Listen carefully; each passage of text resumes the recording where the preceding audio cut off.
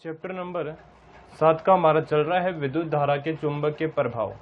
इससे पहले हमने किया है बायो सावर्ट नियम के अनुप्रयोग, और इससे जो पहले का जो वीडियो आया था उसमें हमने क्या था कि वर्ताकार धारावाही कुंडली के एक्स पर चुंबकीय क्षेत्र। तो ये अपना बायो सावर्ट का नियम कंप्लीट हो गया है। अब जो नेक्स्ट टॉपिक आता है वो हम पढ़ेंगे, जिसका नाम है हेल्महोल्ट्ज़ कुंडलियाँ। हेल्महोल्ट्ज़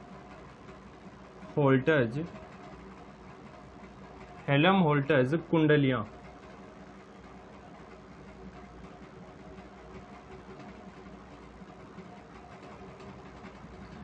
जो आज हम पढ़ेंगे वो है अपना हेल्महोल्ट्ज़ कुंडलियाँ तथा हेल्महोल्ट्ज़ कुंडलियों के मध्य जो चुंबकीय क्षेत्र उत्पन्न होगा उस चुंबकीय क्षेत्र का फॉर्मूला यहाँ पर हम स्थापित करेंगे।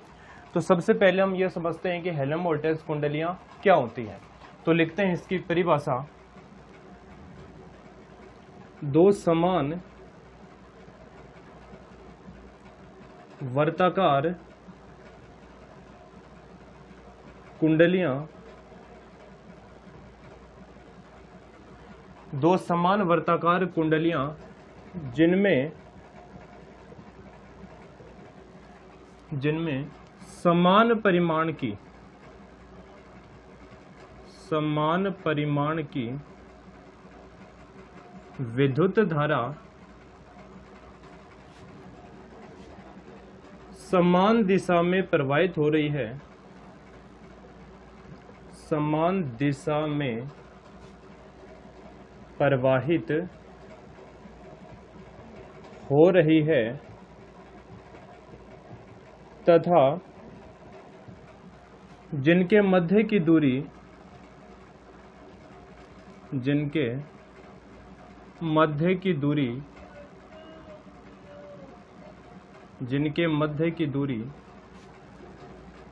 कुंडलियों की त्रिज्या के बराबर समान होती है।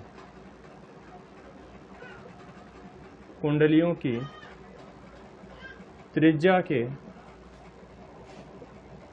समान होती है। हेल्महोल्ट्ज़ कुंडलियां कहलाती हैं। हेल्महोल्ट्ज़ कुंडलियां कहलाती हैं। ये इसकी परिभाषा है, दो समान वर्ताकार कुंडलियां जिनमें समान परिमाण की विद्युत धारा समान दिशा में प्रवाहित हो रही है तथा जिनके दोनों के जो मध्य की दूरी है वो कुंडलियों की त्रिज्या के समान है। तो ऐसी कुंडलियों को हम बोलते हैं हेल्महोल्ट्ज़ कुंडलियां। जैसे कि ये अपने पास एक वर्ताकार है, एक वर्ताकार कुंडली ये है और एक वर्ताकार कुंडली ये है। समान वर्ताकार कुंडलियां होनी चाहिए और इस कुंडली की जो त्रिज्या है वो है r और इस कुंडली की भी त्रिज्या क्या है, r है। दोनों की त्रिज्या r है तथा इन दोनों के जो मध्य की दूरी है वो कुंडली की त्रिज्या के बराबर होनी चाहिए। तो ऐसी कुंडली को हम बोलते हैं हेल्महोल्ट्ज़ कुंडलियां, और इसमें जो धारा है वो एक ही दिशा में प्रवाहित होनी जरूरी है। इनमें धारा वो एक ही दिशा में प्रवाहित होनी चाहिए। तो ऐसी कुंडलियों को बोला जाता है हेल्महोल्ट्ज़ कुंडलियां। एक वर्ताकार कुंडली ये है, एक वर्ताकार कुंडली ये है। इसकी आकृति, दोनों की आकृति समान है। इसकी त्रिज्या r है और इसकी त्रिज्या भी r है, और ये दोनों के, इसका केंद्र और इसका केंद्र के जो बीच की दूरी है वो इनकी त्रिज्या r के समान है। तो ऐसी कुंडली को बोला जाता है हेल्महोल्ट्ज़ कुंडली। अब जैसे हमें पता है इसमें धारा प्रवाहित करेंगे, इसके चारों तरफ चुंबकीय क्षेत्र उत्पन्न हो जाएगा, और जो हेल्महोल्ट्ज़ कुंडलियों का जो उपयोग किया जाता है वो एक समान चुंबकीय क्षेत्र उत्पन्न करने के लिए किया जाता है। यानी कि यहाँ पर हम लिख सकते हैं इसका उपयोग एक समान चुंबकीय क्षेत्र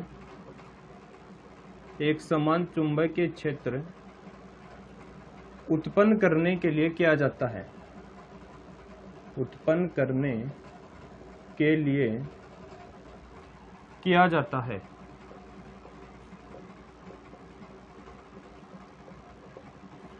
जो हेलम वोल्टेज कुंडली है इनका उपयोग किया जाता है एक समान चुंबकीय क्षेत्र उत्पन्न करने के लिए। अब जैसे ही ये दोनों कुंडली की जो आकृति भी समान है, इसकी त्रिज्या भी समान है और इसके बीच की दूरी है वो त्रिज्या r के बराबर में है। जैसे हम इसमें धारा प्रवाहित करेंगे इसके चारों तरफ चुंबकीय क्षेत्र उत्पन्न हो जाएगा और जो चुंबकीय क्षेत्र उत्पन्न होगा वो एक समान चुंबकीय क्षेत्र उत्पन्न होगा। तो हम दोनों कुंडलियों के मध्य में चुंबकीय क्षेत्र की गणना यहाँ पर करेंगे। तो पहले आप इसकी परिभाषा जो यहाँ पर लिखी है इसका स्क्रीनशॉट है वो ले लेना, फिर हम इन दोनों कुंडलियों के मध्य चुंबकीय क्षेत्र की गणना करेंगे। देखना, अब जो हमारा टॉपिक है वो है हेलम वोल्टेज कुंडलियों के मध्य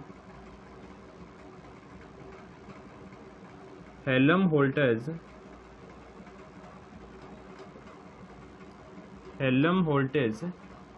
कुंडलियों के मध्य चुंबकीय क्षेत्र।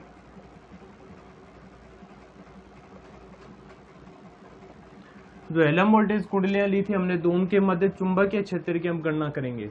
अपने पास एक कुंडली ये है और एक कुंडली ये है, दोनों की आकृति समान है, दोनों की आकृति समान है और इसमें धारा प्रवाहित हो रही है I और इसमें भी धारा प्रवाहित हो रही है I।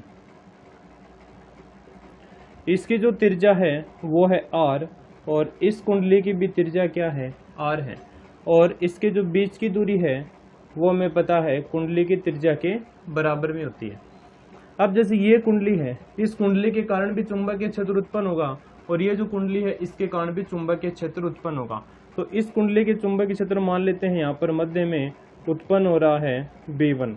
ये जो बिंदु मान लेते हैं हम यहाँ पर है P, जो इससे r दूरी पर स्थित है और ये जो कुंडली का केंद्र है इससे भी, इसके कारण भी चुंबकीय क्षेत्र यहाँ पर उत्पन्न होगा और क्योंकि यहाँ पर भी धारा प्रवाहित हो रही है तो धारा प्रवाहित हो रही है तो इसकी चारों तरफ चुंबकीय क्षेत्र उत्पन्न होगा। हमें निकालना इसके मध्य में, यहाँ पर चुंबकीय क्षेत्र हम मान लेते हैं इसके कारण, इस गोले के कारण चुंबकीय क्षेत्र उत्पन्न हो रहा है B2। तो जो बिंदु P पर परिणामी चुंबकीय क्षेत्र होगा वो होगा B1 प्लस B2। तो यहाँ पर हम लिखेंगे बिंदु P पर परिणामी चुंबकीय क्षेत्र।